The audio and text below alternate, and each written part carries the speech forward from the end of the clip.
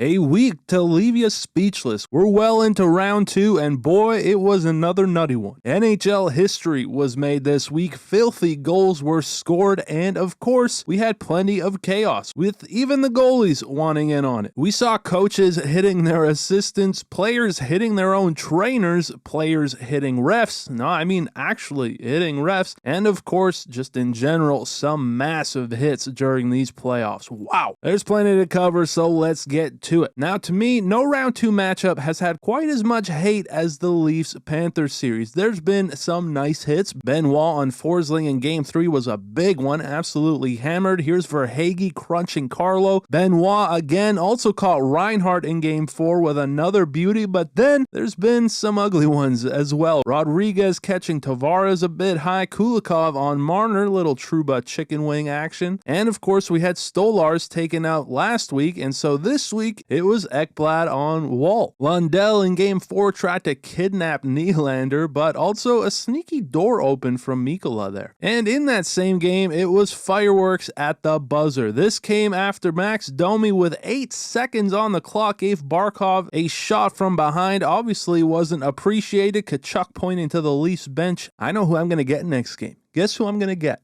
I'm going to get you. And is that a little elbow motion? Huh. Yeah.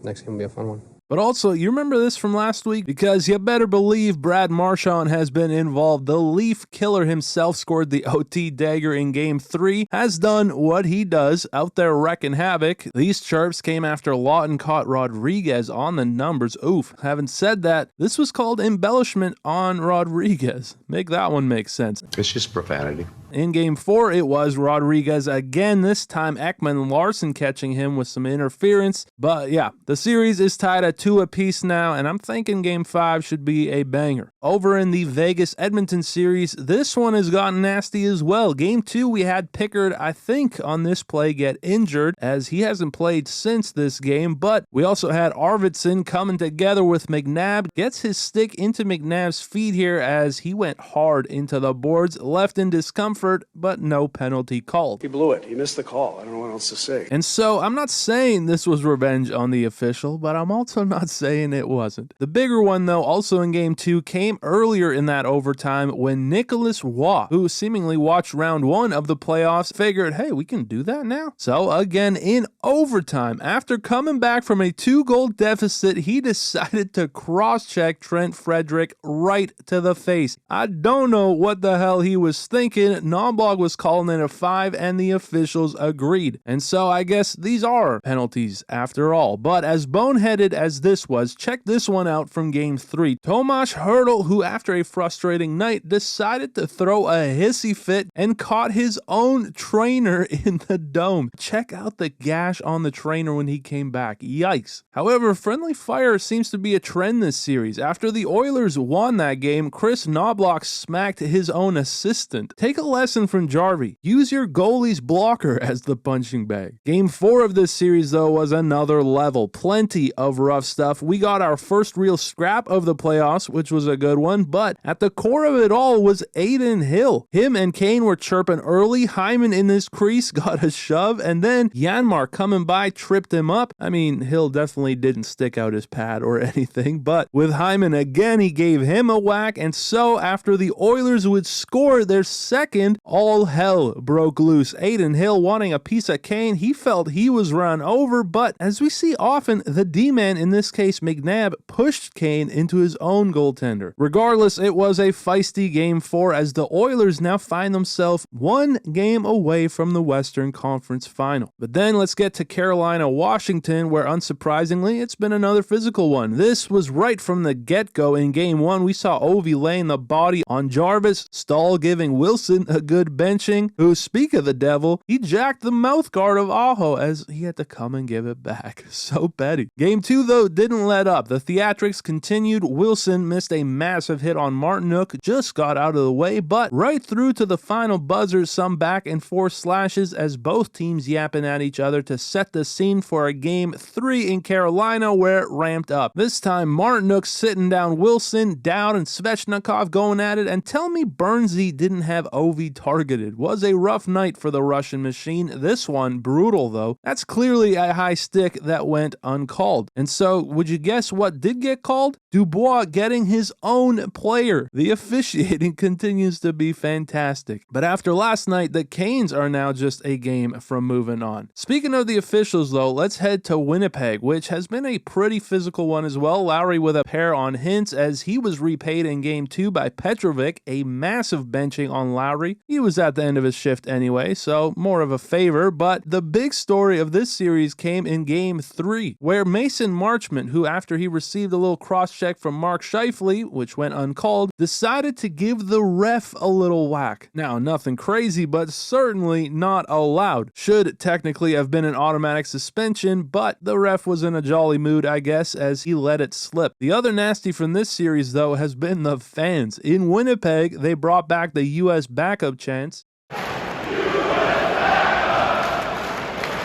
But after things didn't exactly go so well in Dallas game 3, they returned the favor.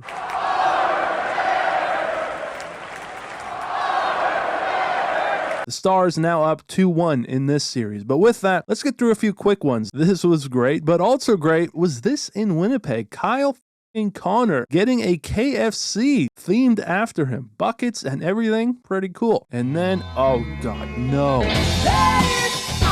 I cannot take it any longer. But over in Carolina, game 4, this was kind of wild. Canes were up 3-1, but they were on a penalty kill when Orlov took an interference penalty to give the Caps a massive 5-on-3 opportunity where, sure enough, Ovi got them to within just a goal. There was plenty of time and the power play continued. So if you're wondering how Orlov felt, almost myself there, so well, lucky for him, they killed it. And can you really lose when the boards are on your side? You see Sandin struggling here? Well, his stick was stuck, giving the Canes an odd man rush where Sean Walker with his first put the game away. The game prior though, we had Nick Dowd on a delayed penalty nearly score on himself, as that was nearly a disaster. And so was this if you were watching this game. All right, trainees, let's say Glenn is a... The Game 2 feed randomly cut away to commercial. And speaking of cutting away mid-play, what was Stuart Skinner doing here? Skinner! With 0.4 seconds on the clock, on the way to overtime, Riley Smith scored the game winner. It went off Draisaitl, who, was trying to make up for the fact that Skinner decided to pull himself, as the Knights won in about as dramatic a fashion as you can. Just give your team a chance to win every night, right? I thought I did. Well, did you though? I'll tell you who needed a smacking. But with that, let's get to the goalies. This was Murray after Wall in the third period of a tied game made a massive save with the pinky toe. Woo, what a save.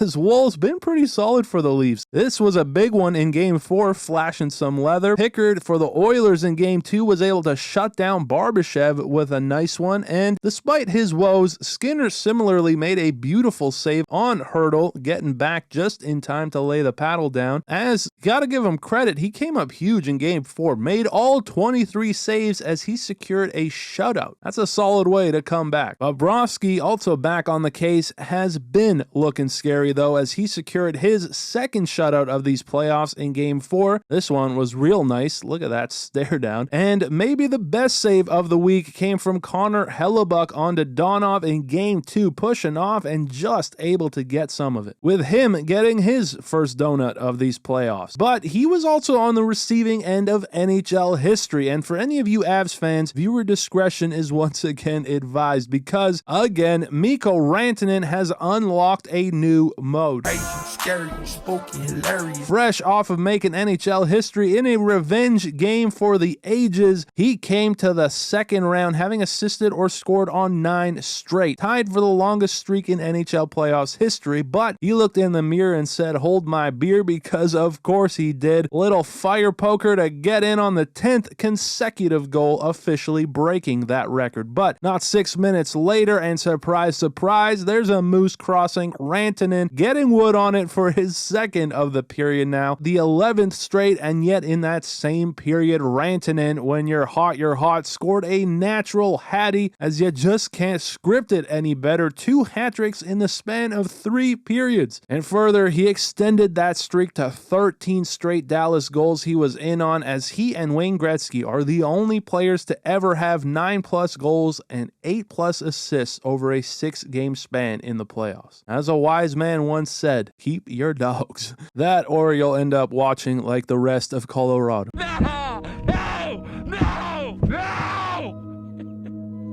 With that, let's get to some goals. In Vegas, McDavid through Eichel finds Draisaitl, and that was special. McDavid is just nasty, as what a filthy game winner. Then Connor, not McDavid, but Brown had dangles for a pretty one himself. In Florida, it was Sam Bennett with a beauty for some insurance against the Leafs. What patience. In Washington, it was Beauvillier missing a wide open net outside post. Brutal. But what's worse, scoring on yourself. Barkov towards the net, falling, got a little help from Morgan Riley. Oof. Making up for it though, he banked one in off of Jones to score one of his own, which is a good segue to what happened in Winnipeg. This goal was something else. Petrovic kicking it towards the net, saw this puck go off Hellebuck in front and in. It took a minute or 8 to review. Eric Comrie said, no way that's good, but it in fact was deemed a good goal.